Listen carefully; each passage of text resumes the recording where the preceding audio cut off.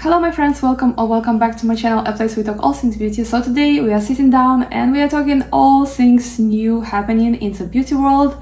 And oh boy, there's a lot happening. And I have thought, so think of this as your beauty gossip session where we talk about all the things that have been released. And boy, there have been a lot. So without further ado, let's jump straight into it. Let's start with elephant in the room. e.l.f. bought Rhode Beauty for $1 billion.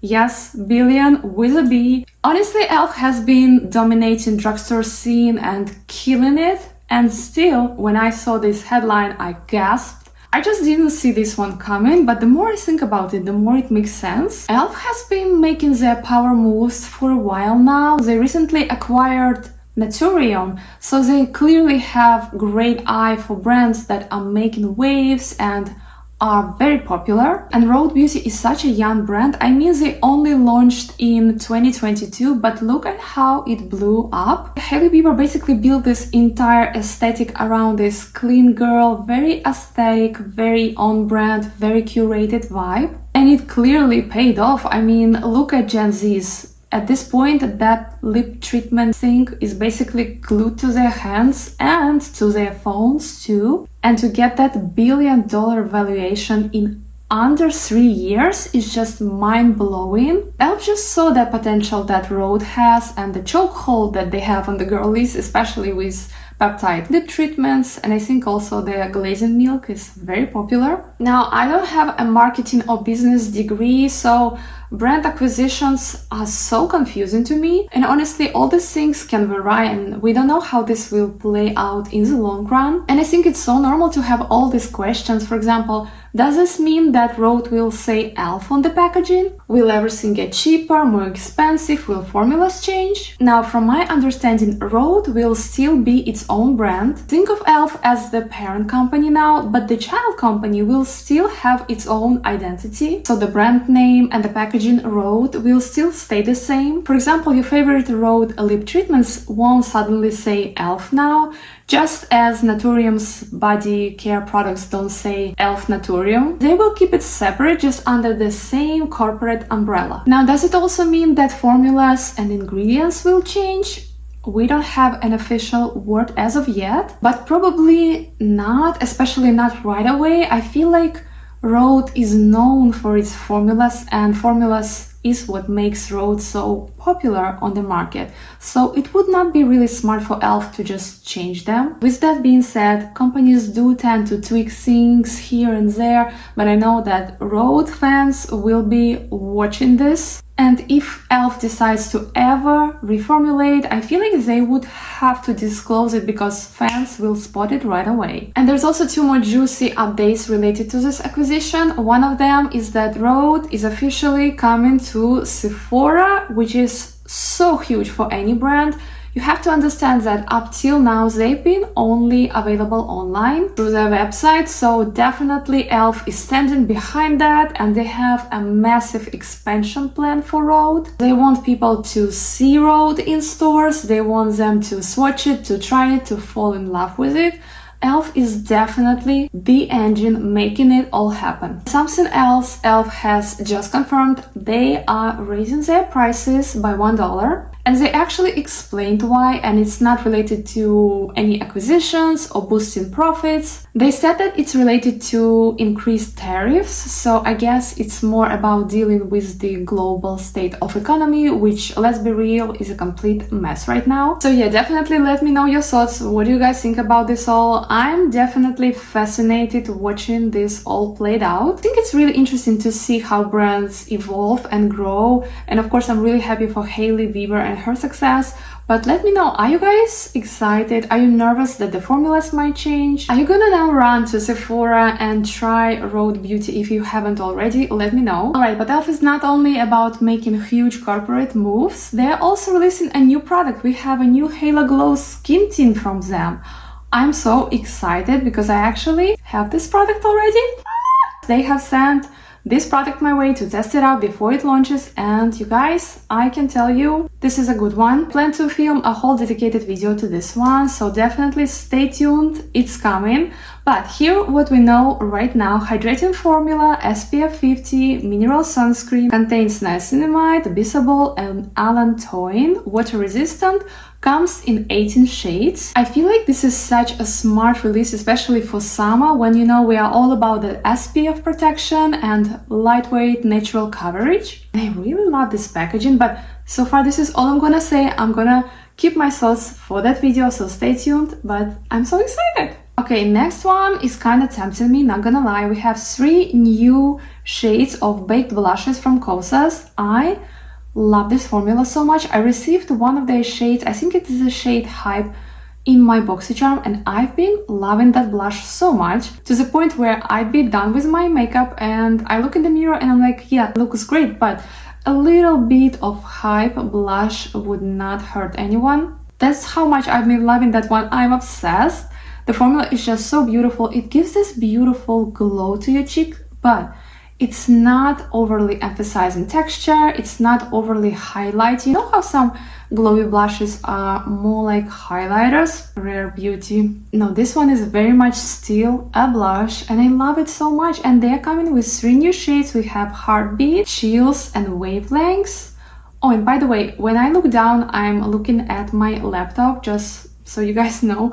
Heartbeat, it's kind of calling my name, not gonna lie. I need to go to Sephora and see them in person and touch them and swatch them. I think I'm gonna end up with one of them at least. Alright, next let's talk about Tower28. They are currently in hot waters because they have released their SOS FaceGuard SPF 30, basically a mineral sunscreen, which claims to be white cast free, and there have been so many videos of people of color and black creators who have tried the sunscreen, and of course it leaves a terrible white cast. Now, not gonna lie, this one kind of hurts because I love Tower28 as a brand and I'm always happy to support them, and I actually wanted to try the sunscreen. I was debating on ordering it from their website or Sephora, like I was thinking about it, and then all these videos came up. Now, I think it's essential to note that sometimes products are not designed to work for everyone.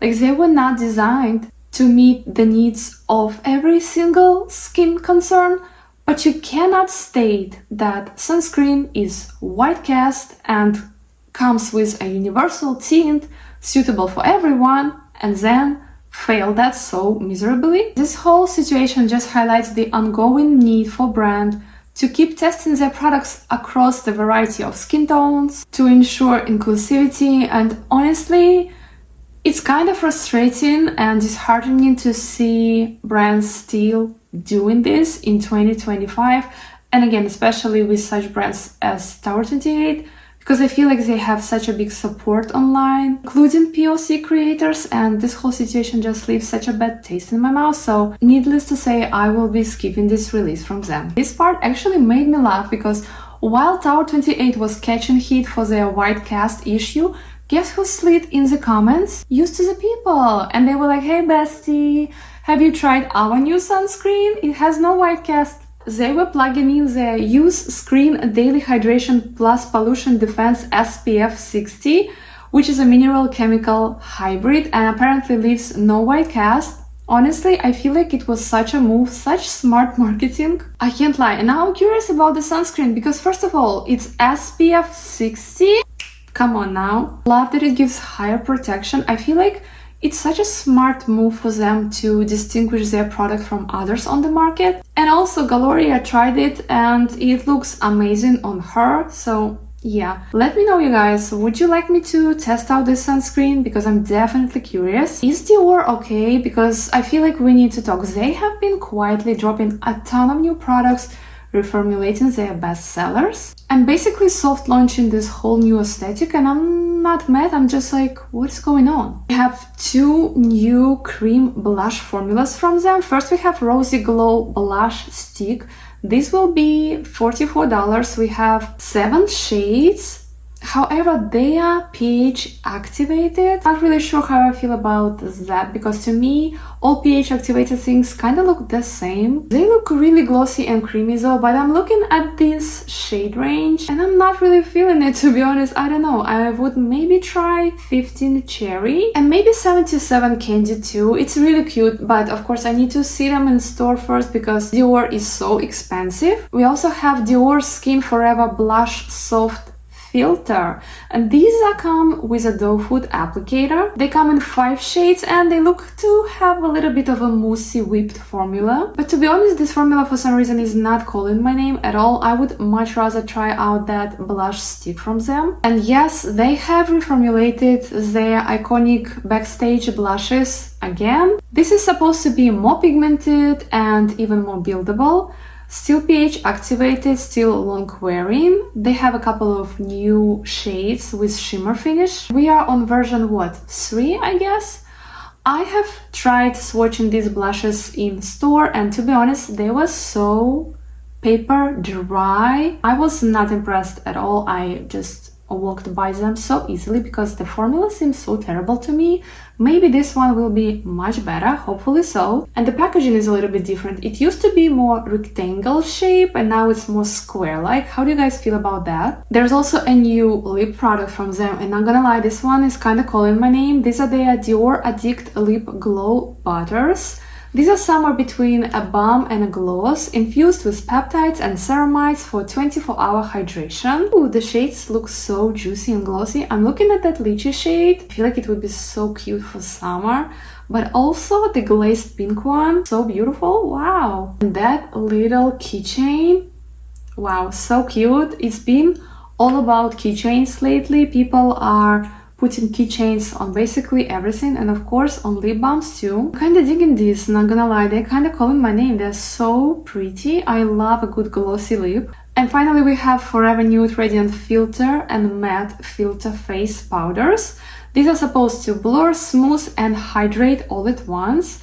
Basically, we have a couple of finishing powders from them. They look really nice, but personally, I'm just not into finishing powders, so this is an easy skip for me. Okay, Lindsay Lohan is launching a beauty brand, and apparently it's gonna be skincare focused. In recent interview, she said, I'm developing my own line. It's taking a long time because I'm very specific. I'm crazy about my skin health. I'm testing some serums right now. Now, let me just say that Lindsay Lohan is looking freaking gorgeous. I'm not sure what is she doing with it, but God bless her, it's working for her. She's literally aging backwards. Now, is it because of the skincare or is it because of something else like plastic surgery?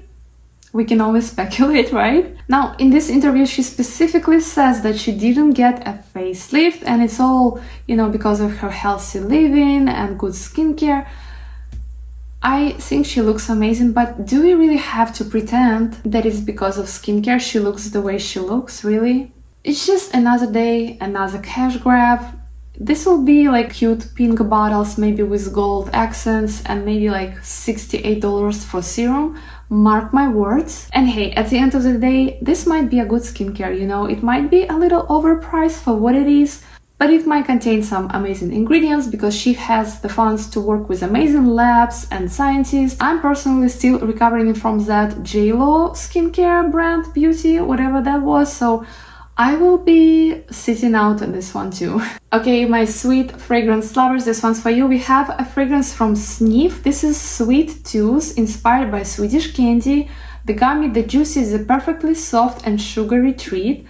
We have notes of watermelon, raspberry, candy sugar, violet, cedarwood and musk. Not gonna lie, this one sounds so sweet, like cavity core. This will be $65 for 30 milliliters. But also, can I just say this? What a missed opportunity to lean into Swedish licorice with this one. Like, hello, you name the fragrance Sweet Tooth. You talk about candy, dollar horses and all things Scandinavian and you just randomly skip black licorice, like be for real. Don't get me wrong, their version sounds really juicy, flirty, sweet and soft. I just feel like we could have done a little bit more with it. We could have done like grown up candy scent, maybe with some salty licorice, maybe black cherry, a little bit of dark vanilla in there. Like we could have made it into something really chic. I don't know, it's just my thoughts, but instead we got this really fun watermelon sugary vibes. I'm not mad at it, of course, I haven't even smelled it, but I just feel like I'm a little bit tired of these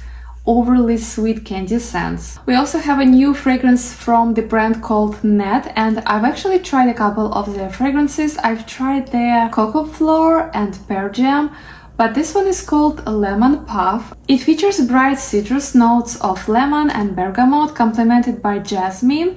The composition is rounded out with gourmand notes of vanilla, bitter almond, meringue and sandalwood. I love lemon anything, and lemon gourmands are some of my favorite. I have a couple of fragrances in my collection with these notes. I have Bake from Accra, and that one smells like a freshly baked lemon vanilla cupcake to me. And I also have one of Middle Eastern ones. I have one from Backlash, and it's the Empire Victor, and that one is amazing vanilla citrus scent too. So I'm really intrigued by this one from Nette, but I definitely want to smell it first in store just because of that jasmine note. I just want to see how much jasmine are we getting with that scent. You know, is it more gourmand forward or is it mostly floral and then gourmand? And I love that it comes in 10 and 50 milliliter bottles. Of course, we have a ton of lip products, but what else is new? So one of the formulas that are new to the market are these Gloss Balm lip treatments from Glow Recipe, and I actually have one of them with me here. I've been testing this one out for quite a while now. I have it in the shade Watermelon Bingsu. These are supposed to be high shine, they have hyaluronic acid, they give you glass-like glow, and shades are inspired by bingsu, a Korean dessert. I love this shade, it's a really gorgeous sheer pink, and this gives a little bit of pigment to your lips, and I love that they're not overly sheer. However, I have a couple of issues with this formula. First of all, these are so lightweight. I do appreciate a lightweight lip product like lip oil, but when something is marketed as gloss balm, I kind of expect it to be a little bit more cushiony, a little bit more line smoothing, a little bit more hydrating. But this is so thin, it almost feels like you're applying water to your lips. And I'm 36, I have lots of lines, I don't have any lip filler. This one migrates on me. It also doesn't last. It gives you a little bit of hydration. It stays maybe for about 30 minutes on your lips and then it's completely gone and you have to reapply this one. Which again, there's nothing wrong with that. If the formula would not be so runny on my lips, I don't like it. Plus my biggest issue with this one, and I was frantically looking at Sephora and the reviews, hoping I'm not the only one, and lo and behold, I'm not. This one is so grainy on the lips, like what the hell? I don't know if it's balling up or if it crystallizes on my lips, I have no idea what's going on, but there's some sort of reaction happening when you apply it to your lips. It kind of feels like you're applying sandpaper to your lips. It feels a little bit grainy and sandy. I just cannot recommend this one, even though I love Glow Recipe and they usually never miss, but wow. This honestly feels like a really cheap lip product that you would maybe find at Dollar General. There are so many amazing lip products on the market, lip balms. You go and buy one from Coca and that one is amazing and so hydrating and more affordable. Do not waste your money on this new release from Glow Recipe because it's not great. Makeup Forever is expanding their artist color line and they are releasing crayons. These are waterproof, multi-use sticks for cheeks, lips and eyes. And I have been able to get my hands on the shade Daring Pink, and with all of them you can use them basically anywhere on your face, your eyes, your cheeks, your lips.